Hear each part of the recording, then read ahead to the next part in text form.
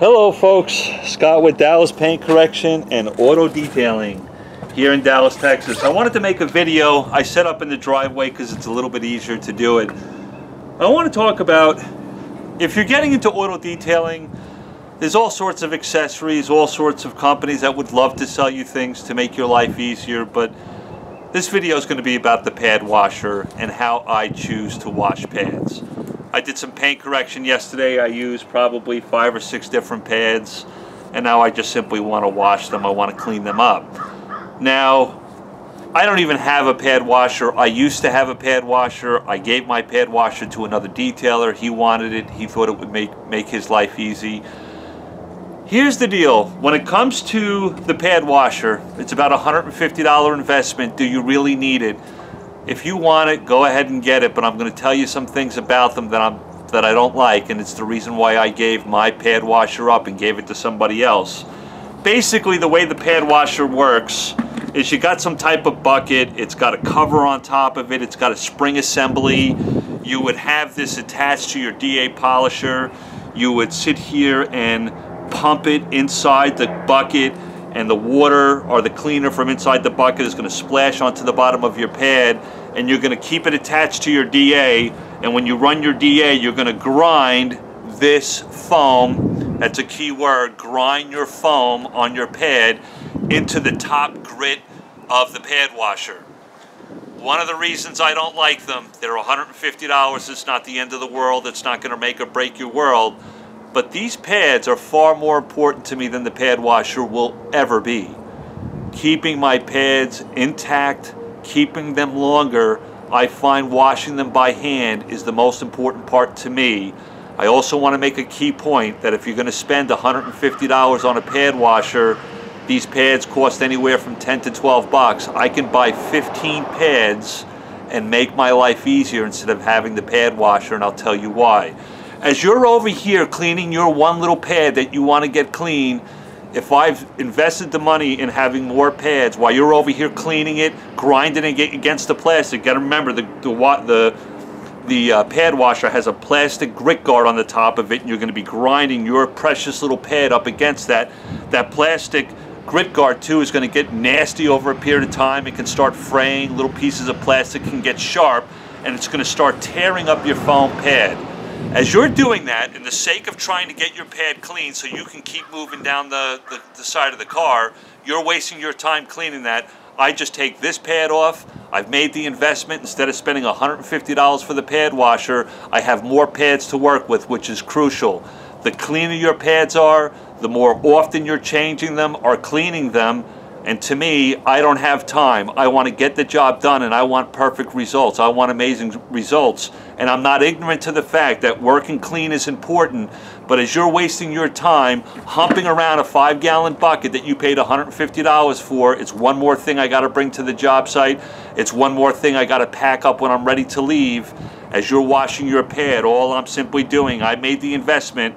I take my pad off, I put a fresh pad on my DA polisher or rotary, whatever I'm using, and I continue down the car while you're sitting there wasting your time cleaning the pad. I'm not saying it's a waste of time cleaning it, you gotta clean it, but think about it, when you're grinding your precious little foam pad into the pad washer, that plastic grit guard that's in it is gonna start tearing up this pad. I've owned this pad, I don't know, 6 or 7 months. I've probably used it on 10 cars. It's still in great shape because this is the way I wash my pads. So I'm going to make a quick little video on how I wash my pads.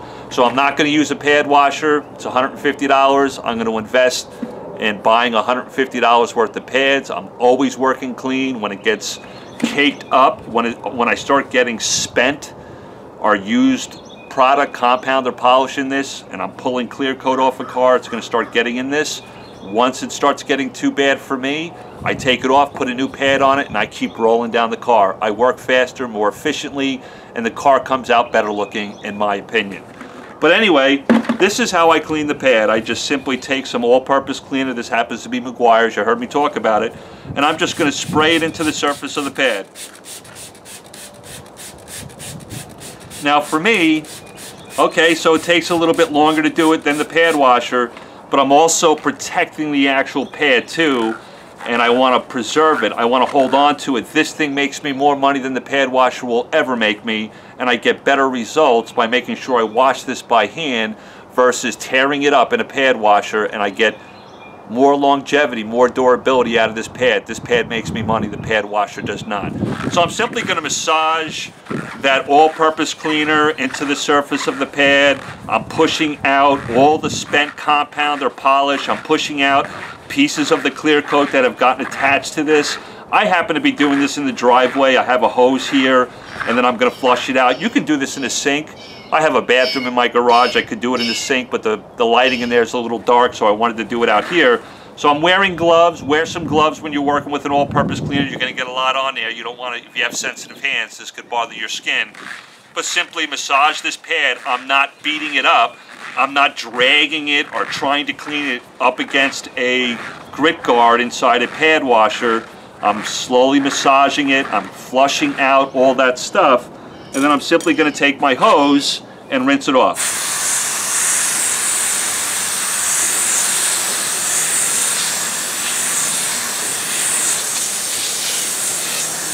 And it's okay, these things can get wet. You can saturate them. It's not going to hurt the foam pad. And just keep simply flushing out that stuff until it becomes clear. If you have a pad that's heavily filled with compound or polish, probably because you worked it too long, you might have to go in a second time. Just put a little bit more all-purpose cleaner on the pad,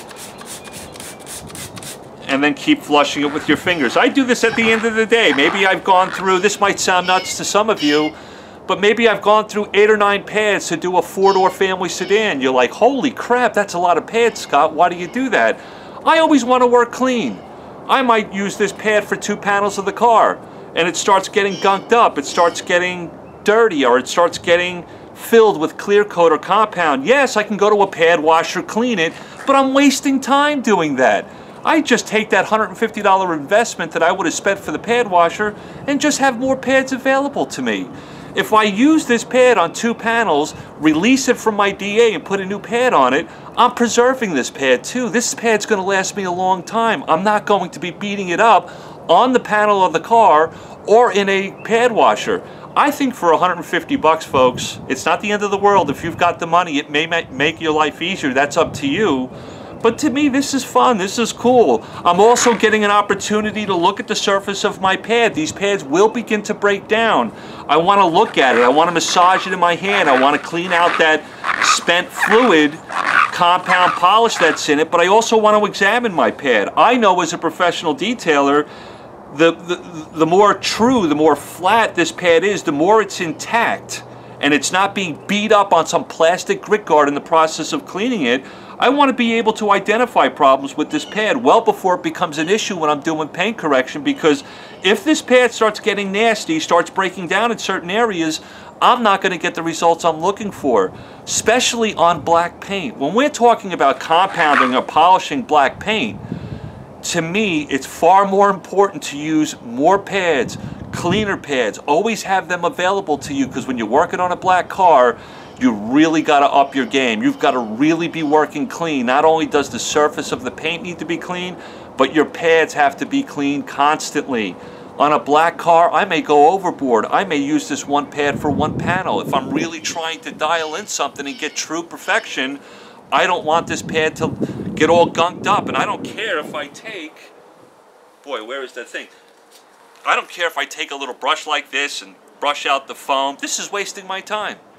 I'm sitting here attached to my DA, brushing out some of this stuff, breaking out the gunk, the spent clear coat. To me, it's like, hey, if I'm going to make a $150 investment on a pad washer, why not just have more pads available to me? I can clean these later when I get home, when I'm not on my customer's dime, when I'm not trying to actually get something done. You know, it's really whatever works in your world, but to me, this is one of the best ways that I have found to actually clean pads, and you're actually going to clean it a heck of a lot better than that pad washer. And then I'm just simply going to flush it out again.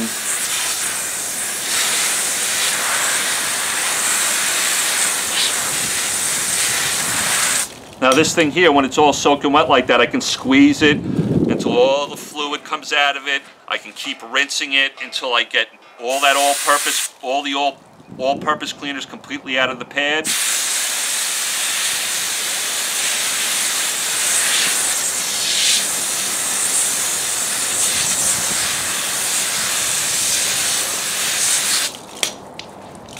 And I squeeze it until I see nothing but clear fluid. There's no more all-purpose coming out of it. It's ready to go. Maybe I wring it out, force that water back onto the driveway.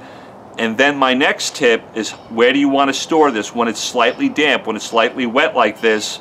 Don't store this in a plastic container. Don't slide it back into maybe the little plastic bag that it came into, because when it's wet and you put this in a airtight container, this foam can actually mold on you. It will get moldy. You don't want to do that. You want to leave this open somewhere in a clean area, somewhere in your garage or something like that, or have a dedicated space where you can just kind of hang these things and let them dry overnight. It won't take very long. By tomorrow, if I hung this thing overnight, it'll be completely dry, ready for me to go. But there's my simple little video, a silly little video on how I clean pads. This pad is absolutely beautiful. I've had it for months. I probably used it on 15, 20 cars, and guess what? It's still lasting. It looks great. It looks better than grinding it on top of a pad washer for $150 while I'm ruining a $10 to $15 pad. Doesn't make sense to me. This makes more sense to me. It's a little bit more elbow grease, but I get to identify. I spend a little time with my equipment. That's important to me. What does this thing look like? What does it feel like? Is it starting to break down? If it is, it needs to go. I'm not going to use it anymore. Perfection is what I'm looking for. This, to me, is one of the best ways to wash pads versus spending $150 for a pad washer. If you're going to spend that money, buy more pads. These things are going to make you more money. These things are going to give you the perfection you're looking for, the results that your customers are going to pay you for. Much more important to me. I hope that makes sense. Silly little video on how I wash pads. Hope it helps, guys. Until next time, be safe, be cool, be kind to one another. I'll see you on the next video.